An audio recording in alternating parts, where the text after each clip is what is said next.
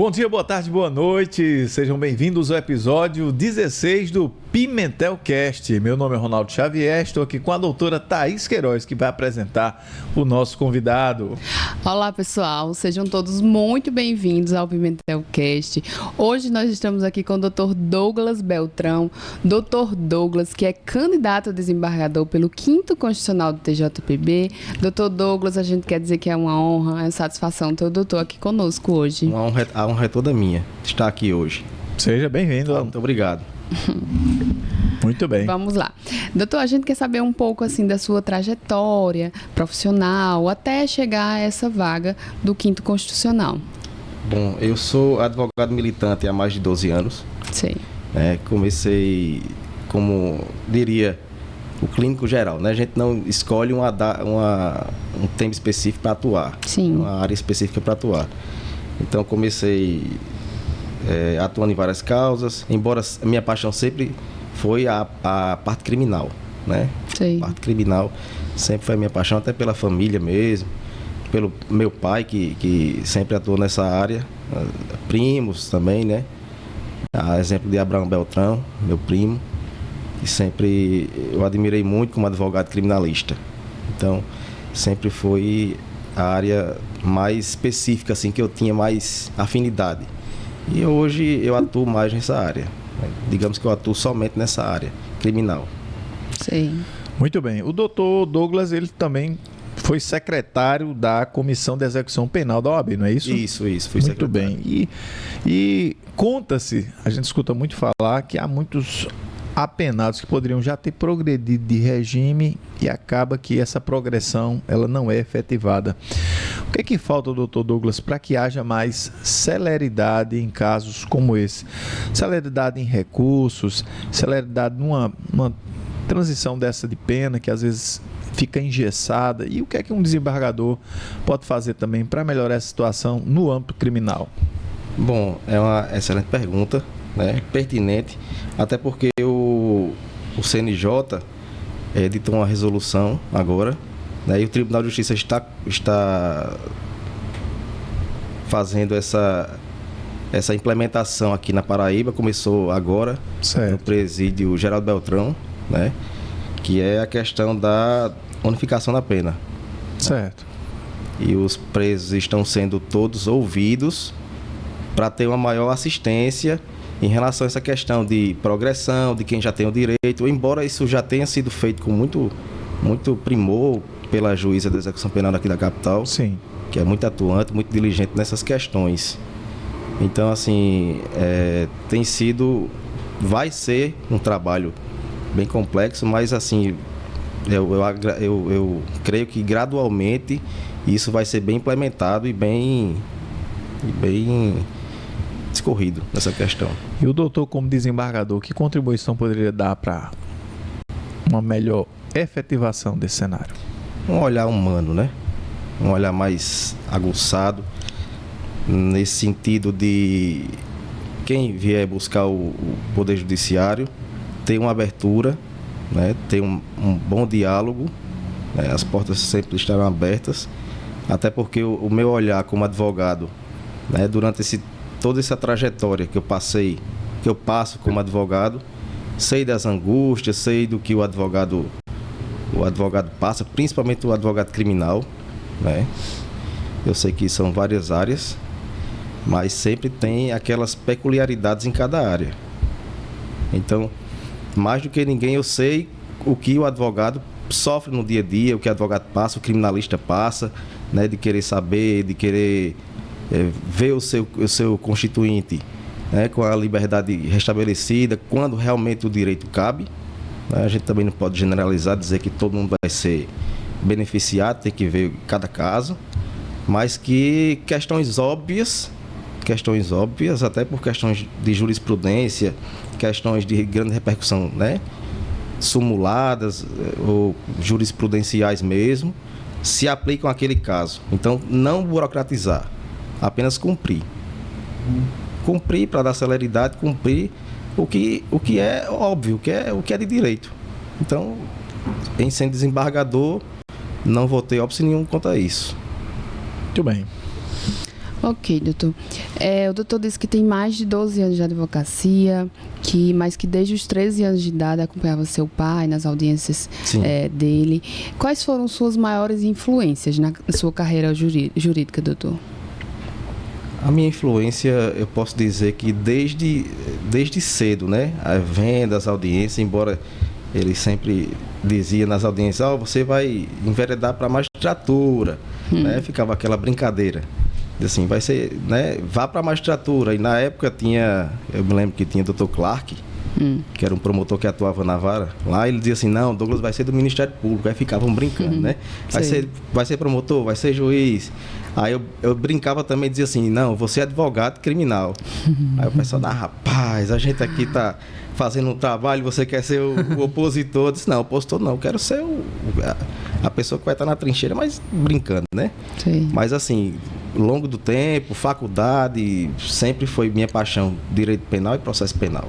Isso aí é uma coisa que eu posso dizer com toda certeza que foram as matérias que mais me chamaram a atenção, que mais me deixaram apaixonado pelo direito ao todo, né?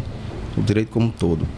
Então, me enveredei nessa seara criminal aí e estou até hoje, graças a Deus. Mas quem são esses nomes que te inspiram assim? Além do seu pai? Além do meu pai, Geraldo Beltrão, né? Me inspirou bastante. Abraão Beltrão também me inspirou bastante. Esses nomes. Ok. Muito bem. Doutor Douglas, e a questão das associações de advogados? Como é que o doutor vê essa questão? Hoje nós temos, por exemplo, a Anacrim, a Abracrim. Essas associações, elas vêm de fato para ajudar? Como é que o doutor vê essas associações? Eu vejo com bons olhos. Com bons olhos. Bons olhos. Vem para ajudar, né? Tudo que vem para somar, que vem para ajudar é bem-vindo. Eu vejo com bons olhos, os advogados têm realmente que se juntar, mesmo em prol de um ideal, e é isso que essas associações, né, vêm fazendo, em prol da advocacia como um todo, na área criminal, né, Abracrim, Anacrim, eu vejo com bons olhos. Muito bem. Doutor, de maneira geral, assim, como o doutor avalia o estado atual da Paraíba e do Brasil, mas dando ênfase à questão das custas e da gratuidade judiciária? Olha, eu vou ser bem sincero. Eu vejo um empecilho, certo? Quanto à questão da gratuidade e das custas. O que está se ocorrendo, né? Muitas vezes a gente se depara que o nosso constituinte ele não tem condições. Raras exceções, né, e raríssimas exceções, se pode pagar as custas, mas o que a gente vê hoje em dia é uma grande demanda na questão da cobrança da gratuidade, das custas judiciais, né, em questão da gratuidade. E isso aí tem sido, eu digo que um empecilho na vida, né? Na vida daquele que procura o judiciário para poder ver o seu direito restabelecido ou fazer valer o seu direito, ou buscar o seu direito. Então, assim, eu digo isso porque eu também eu venho sofrendo com isso, né? Eu, como advogado, eu entro com a gratuidade, peço a gratuidade e muitas vezes não é deferido, ou é deferido em parte. Sim. Então, assim, isso na minha ótica vem sendo um grande empecilho, porque a maioria das pessoas hoje em dia não tem recurso para poder estar custeando, né? Essas questões de custas judiciais. Isso para mim é um grande empecilho. Raras exceções. Mas tem sido um grande óbice na questão do acesso à justiça. Porque quem está ali, está procurando justiça, quer celeridade, que isso também influencia na celeridade, porque vai parar ali, né? Vai ter um prazo para juntar documentação, para mostrar que hoje em dia se pede imposto de renda, né? A declaração do imposto de renda, se pede extrato bancário, pede tudo isso. Então isso dificulta, e isso também de qualquer forma complica, né? A questão da celeridade processual, né? Aquele prazo ali que foi estabelecido vai vai causar um certo dano a quem procura a justiça. O doutor Douglas, e será que o que é que dificulta essa questão das custas? O tribunal também encontrar uma solução para isso. Por que não baixar? Porque um estado tão pobre como a Paraíba tem que ter uma das custas mais altas do Brasil. O que é que o desembargador pode fazer para tentar resolver essa situação? Eu vou dizer, né, eu não vou dizer assim de forma generalizada o que é que o desembargador pode fazer, porque cada gabinete tem a sua estrutura, sua forma tem de trabalhar. sua forma de trabalhar, suas peculiaridades, né? Eu posso dizer que em eu sendo desembargador eu vou ter um olhar mais acurado em relação a essa questão, né? Eu vou procurar saber realmente se aquela pessoa ali comporta pagar ou não, né? Eu acredito que cada gabinete tem sua forma de trabalhar, tem o seu jeito de trabalhar, e isso aí é inerente a cada um deles. Mas eu acredito que tem que ter um olhar mais voltado para as pessoas que não têm condições realmente de custear. E até recursos mesmo que nem precisam de preparo, que estão sendo cobrados valores, enfim, são questões que devem ser melhor avaliadas. Hoje, doutor Douglas, vê quais seriam os maiores desafios para o judiciário? O judiciário paraibano, a própria, um cenário também nacional. O que é que falta para a gente ter, por exemplo, uma justiça mais célere? Os desafios de sempre, né? Os desafios de acesso ao próprio judiciário sem burocracia, os desafios de humanizar cada vez mais os julgamentos, né? Eu tenho andado pela Paraíba quase toda, nessas visitas aos colegas advogados e advogadas, eu tenho ouvido muito, né? Eu ouço mais do que falo. Então, sempre nessas minhas andanças, eu faço questão de ouvir mais. Até porque eu estou pleiteando um cargo que eu quero levar as demandas para lá. As demandas, o que os colegas vêm me falando, cada escritório, cada advogado que eu vou visitar, eu escuto, tenho ouvido muita questão de acessibilidade a gabinete, ao tribunal. Então, assim, a gente vai ouvindo para implementar essas demandas, né? A gente vai tentar corrigir algumas coisas e tentar melhorar. Tudo aquilo que eu ouvi, eu tomei para mim e assim, chegando lá, eu vou colocar em prática, vou melhorar, vou tomar exemplo de outros tribunais, por que não? Né? Na questão de melhorias, a gente só vai aprimorando, né? E o que é bom pode ser copiado. E o que é bom pode ser copiado, claro. Copiado e até melhorado. Aperfeiçoado. Aperfeiçoado. Muito bem, doutor. Doutor, o senhor como homem, como o senhor verifica essa questão da aplicação da paridade nessa eleição do 5º? E se o doutor estivesse como conselheiro estadual, o doutor teria votado?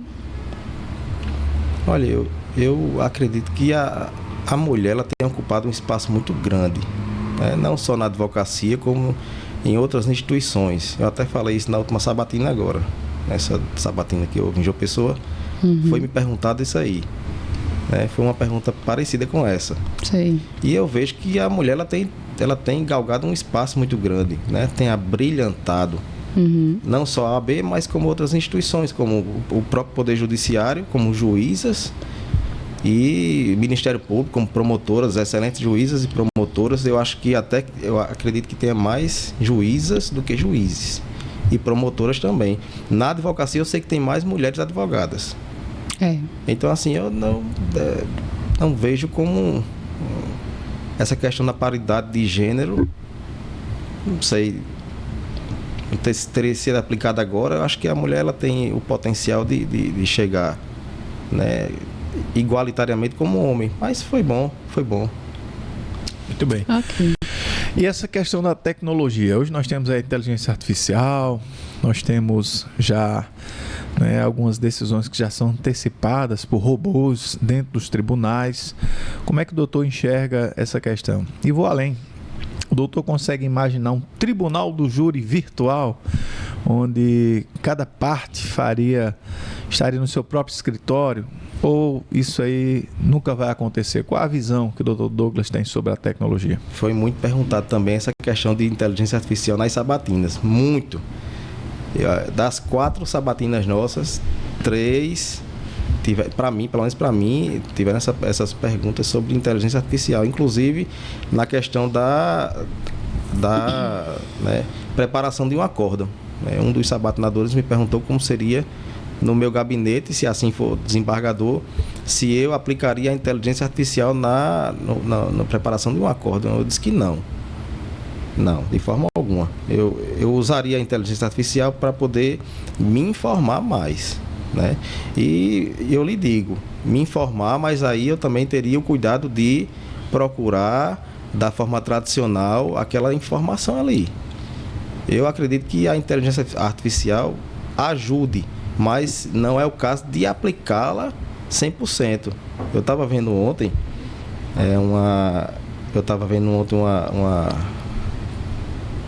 uma questão sobre isso aí de inteligência artificial, de que ela tomou a inteligência artificial fez o próprio código, né?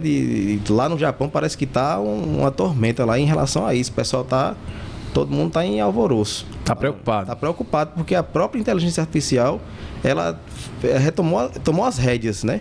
Ela tomou as rédeas da coisa e refez o próprio código. Eu não entendi muito Legislou. bem.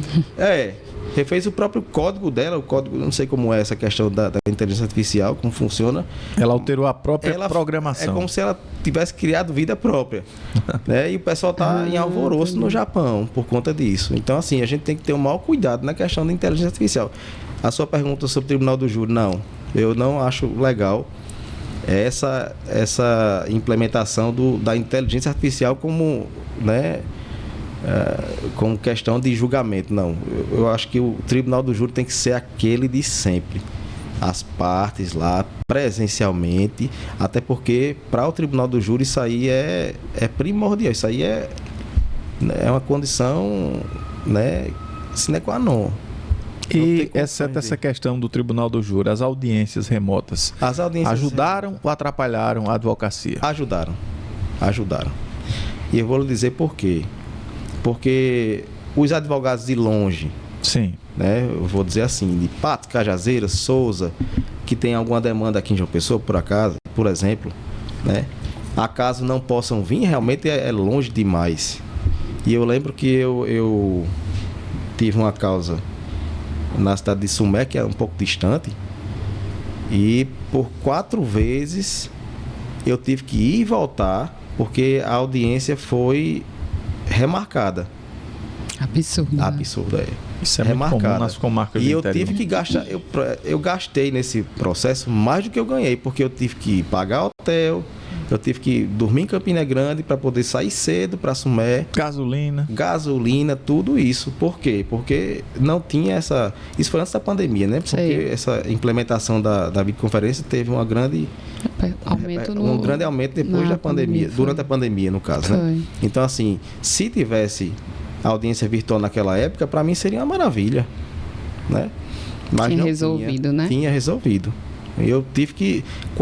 Durante 4 vezes eu fui a Sumé. Na 4ª vez que houve audiência. Agora, tudo por conta de falta de comunicação entre o fórum e o presídio, que era réu preso. Então, não sei se o presídio tinha recebido e não tinha enviado o malote digital, dizendo que ia apresentar o preso na audiência. Então, por 3 vezes ocorreu essa falta de comunicação. E eu me prejudiquei por isso. Eu acho, hoje em dia, eu acho isso muito importante, manter essas audiências virtuais. Não para todos os casos, né? Eu digo, Tribunal do Júri não. Mas outras audiências seria interessante manter. Eu acredito que sim. Até despachos virtuais também, né? Para melhorar até a acessibilidade do próprio tribunal, né? Pois é. Porque assim, eu tenho andado, né, pelo sertão, eu estive em Cajazeiras agora, que é a minha terra natal, conversei com os colegas advogados de lá e levantaram essa bandeira, né? Que a distância, às vezes tem que ficar só adstrito aquilo ali, aquela região, atuar só por ali mesmo. Para vir para cá diligenciar tem que pagar algum colega advogado, porque alguns cobram, claro, né? É um trabalho. Então, assim, prejudica.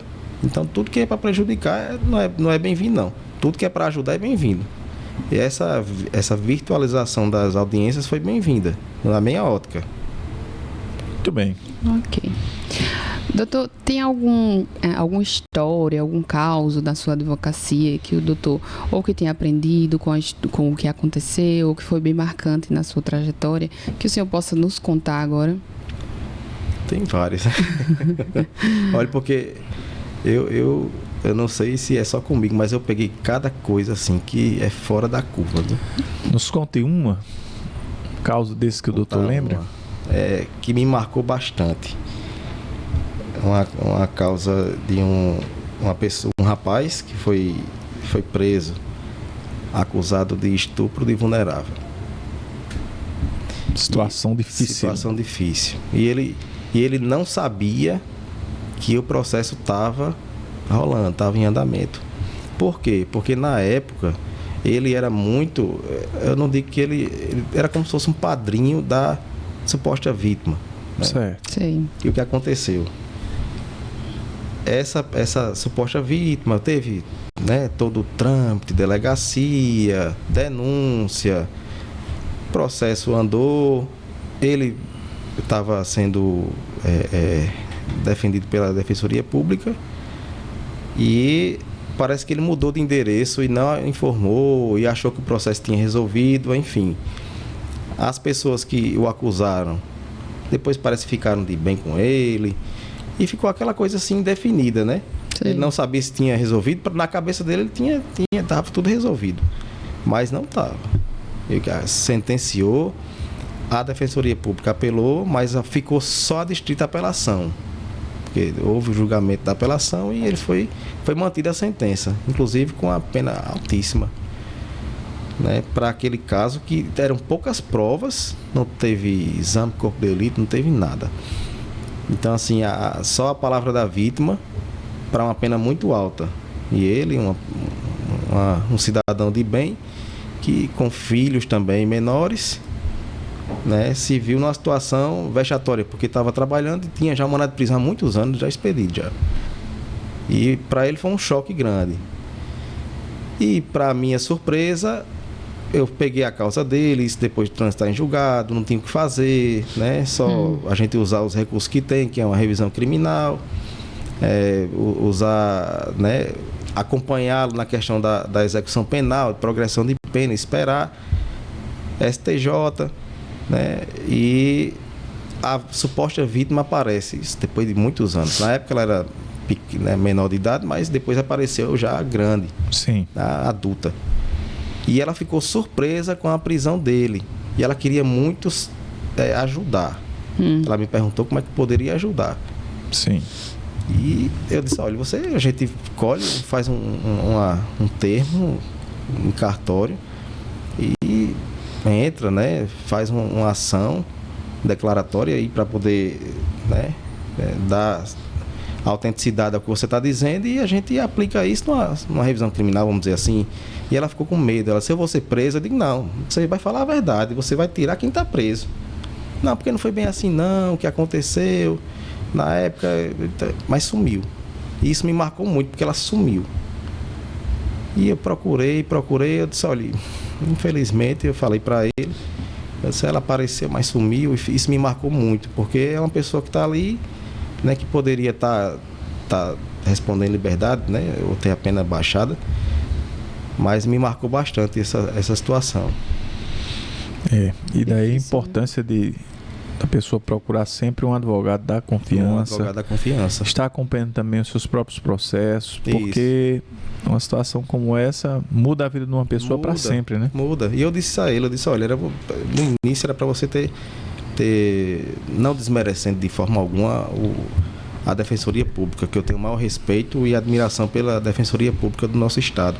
Mas eu digo assim, até por questão de recurso, né, para o STJ, o STF, seria interessante ele ter tido o acompanhamento de um advogado particular. E ele também não teve o cuidado de acompanhar, né? Até para poder informá-lo que a mudança de endereço teria que ter sido informada no cartório, para ele ficar ciente de tudo que estava acontecendo.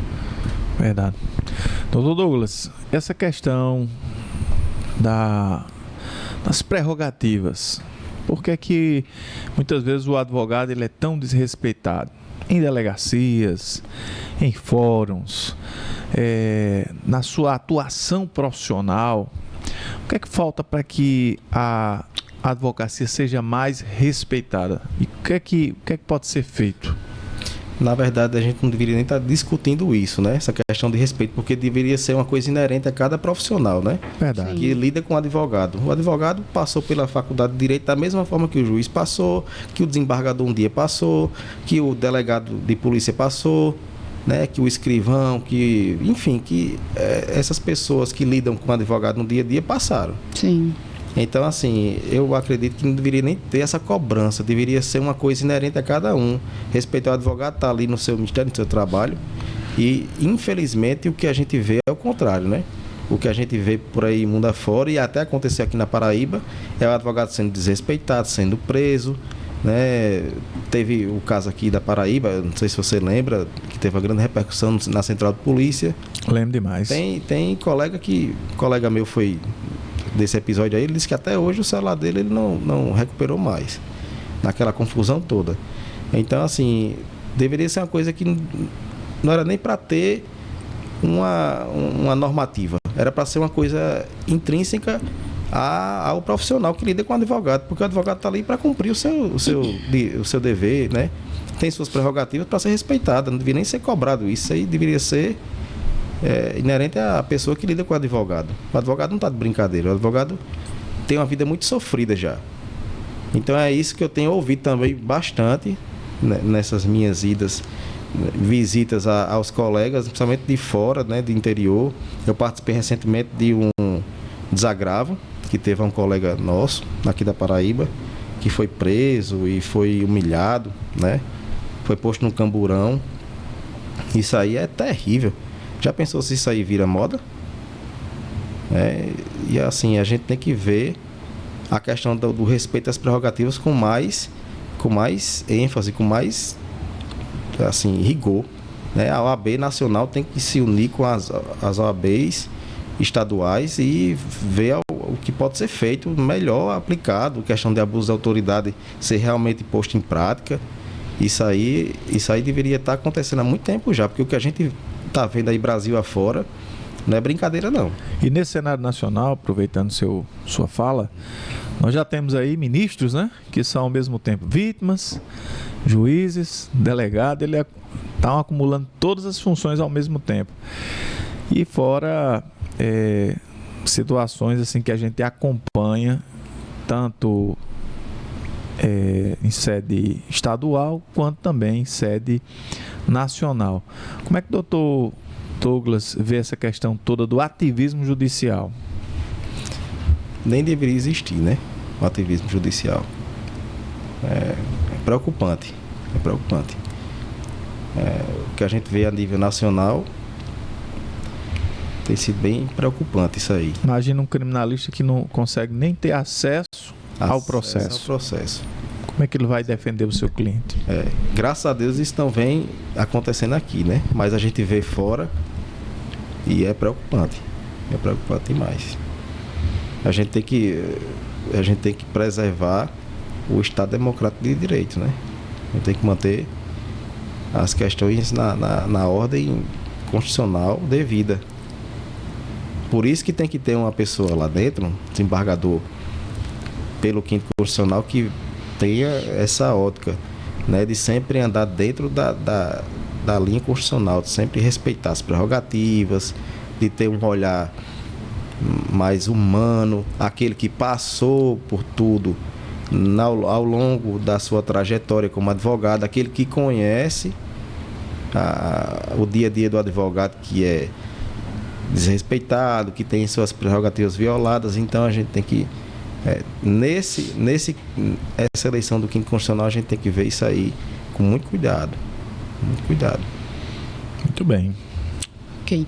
Doutor, que conselho doutor Douglas Beltrão de hoje daria para um advogado que está iniciando a carreira agora? O conselho que meu pai me deu quando eu peguei a minha carteira da OAB. Quando eu peguei minha carteira da OAB, ele disse, pronto, agora vá trabalhar, você alcance, você seja respeitoso com as autoridades. Ele sempre dizia muito a mim assim, sempre que possível, vá, converse com o magistrado, converse com o promotor de justiça. É bom você não só peticionar e deixar o processo lá, não. Vá, se realmente você acha que tem alguma questão que o juiz pode, né, ter outro olhar, você vá e converse, para não ficar o processo lá, né? É mais um processo, né? Você procure, né, despache, sempre é interessante. E é isso que eu digo para os advogados que eu estou tendo contato. Está sendo muito bom esse contato, né? Essa eleição está sendo bom por conta disso, que a gente está tendo contato com muitos advogados, então, e principalmente da classe jovem, né? Eu tive em Guarabira, tive a grata satisfação de participar da entrega de carteiras. No mesmo dia que eu fui fazer uma visita, eu participei lá, né? Prestigiei lá a entrega das carteiras para alguns advogados e a gente conversou. E eu disse, olha, a trajetória da advocacia é bonita, mas é árdua.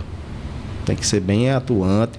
Procure conversar com o juiz, procure conversar com o promotor, explica, porque assim, são pessoas limitadas também, né? Muito Sim. processo, tem muito parecer.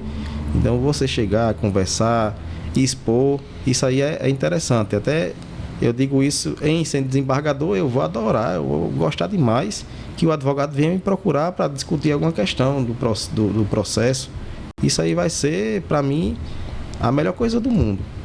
Receber um advogado para poder discutir um processo comigo, eu vou esperar. Isso aí, em ser desembargador, claro, eu vou esperar que o advogado chegue para mim, converse e diga assim, doutor, tem isso aqui e tal, para a gente poder ter uma visão melhor daquilo ali, não só aquele número processual, mas saber que ali, por trás daquele processo, tem vidas em jogo, tem uma história em jogo.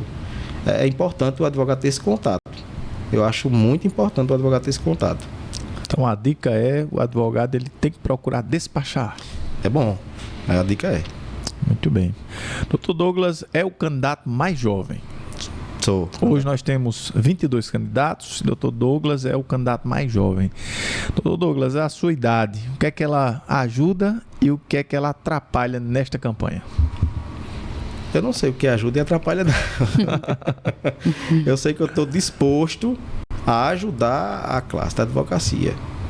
E assim, ser desembargador, nessa vivência pouca, né? Eu sei que tem outros candidatos advogados que estão concorrendo aí, que tem mais vivência, como, né, na classe, na sua prática.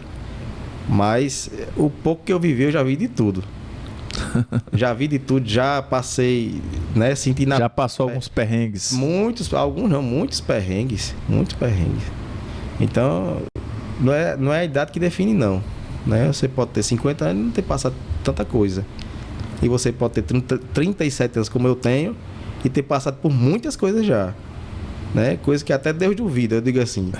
Então, eu acredito que a idade ela não define o que o advogado passou, deixou de passar. Eu já passei por muita coisa já.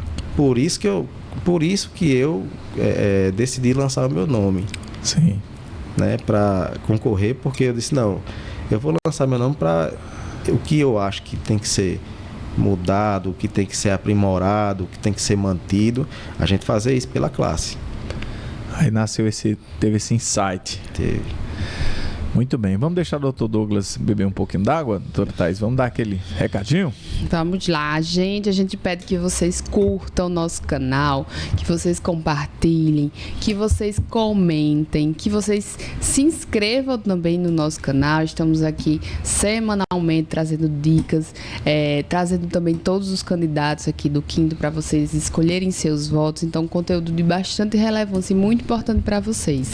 Semanalmente são 2 episódios. Então, você estará sempre bem informado. Então, se inscreva, ative o sininho, manda lá para o grupo da família, manda para o grupo do escritório. Independente ou não de você ser advogado, aqui você sempre terá informação de qualidade para que você possa também conhecer mais sobre os seus direitos. Então, dá um like aí, já faça sua inscrição aqui no Pimentelcast. Doutor Douglas, estamos chegando ao final do nosso programa, não é? E a gente sempre pede ao candidato que, olhando para aquela câmera 1 ali, aquela primeira câmera, responda a seguinte pergunta: por que a advocacia paraibana deve eleger Dr. Douglas para o cargo de desembargador?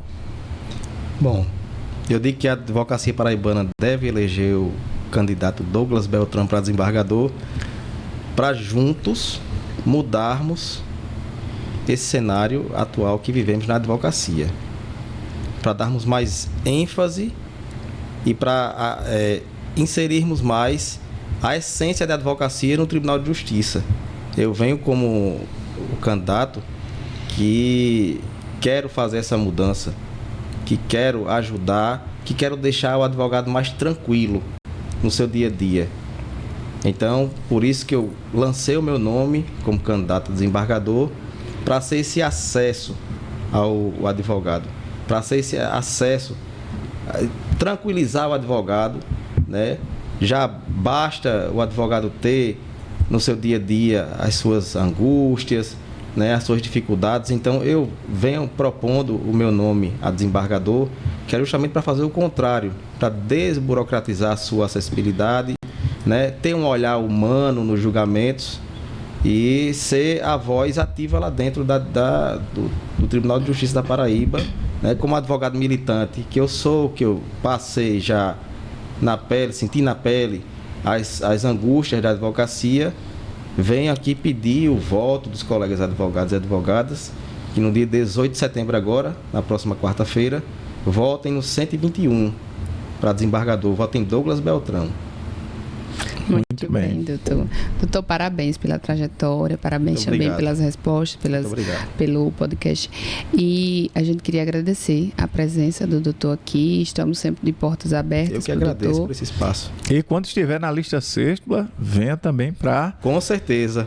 Uma nova rodada de... Já é um compromisso firmado aqui. De entrevistas e bate-papos aqui no Pimentelcast, viu? Com toda certeza. Deus assim permitir...